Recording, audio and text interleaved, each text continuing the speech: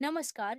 आप सभी का एक बार फिर से स्वागत है हमारे चैनल भक्ति बाइट पर। आज हम सुनेंगे हलछठ की कथा। हिंदू धर्म के अनुसार इस पूजा का बहुत ही खास महत्व है। यह व्रत उन स्त्रियों द्वारा किया जाता है जो अपने पुत्र की लंबी उम्र और समृद्धि के लिए कामना करती है। हलछठ का व्रत बड़े ही नियमों और अनुशासन के साथ किया जाता है। इस दिन व्रत रखने वाली सभी महिलाएं हल से जोते गए अनाज का सेवन नहीं करती और न ही गाय का दूध या घी को ग्रहण करती है। उन्हें केवल पेड़ों पर उगे हुए फलों और अन्य खाद्य पदार्थों का सेवन करने की अनुमति होती है। यह पर्व भगवान बलराम जी के जन्मदिन के उपलक्ष्य में मनाया जाता है। बलराम जी श्री कृष्ण के बड़े भाई थे और उनका प्रिय शस्त्र हल था। इसी वजह से उन्हें हलधर के नाम से भी जाता है। इसीलिए इस पर्व को किसानों का त्योहार भी कहा जाता है और इस दिन हल तथा बैलों की पूजा की जाती है। आइए अब सुनते हैं हलछठ का व्रत कथा। प्राचीन समय की बात है, एक ग्वालिन थी जो दूध और दही बेचने का काम किया करती थी। एक बार जब उसका प्रसव काल निकट आया तो उसे प्रसव पीड़ा का अनुभव हुआ, लेकिन उसके मन में एक चिंता थी।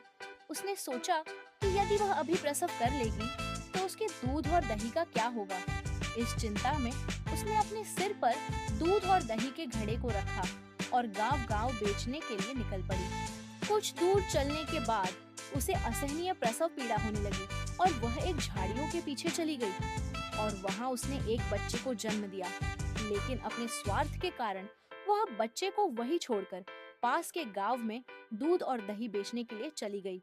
उस दिन हलछठ का व्रत था और व्रत करने वाली महिलाओं को गाय का दूध और घी का सेवन करना मना था।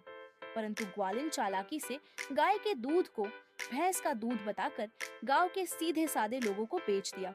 इस क्रिया से हलछठ माता क्रोधित हो गई। उधर जिस झाड़ी के नीचे ग्वालिन ने अपने बच्चे को छोड़ा था, उसके पास के खेत में एक किसान हल जोत रहा था। अचानक से उसके बैल भड़क गए और हल उस बच्चे के शरीर में जाकर घुस गया, जिसके कारण बालक मर गया। जब ग्वालिन दूध और दही बेचकर वापस आई तो उसने अपने बच्चे की ऐसी अवस्था देखी और समझ गई कि यह सब उसके पाप की सजा है।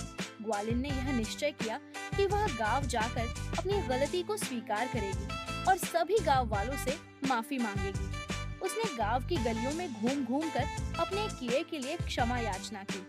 अंत में गांव की स्त्रियों ने उस पर दया की और उसे माफ कर दिया।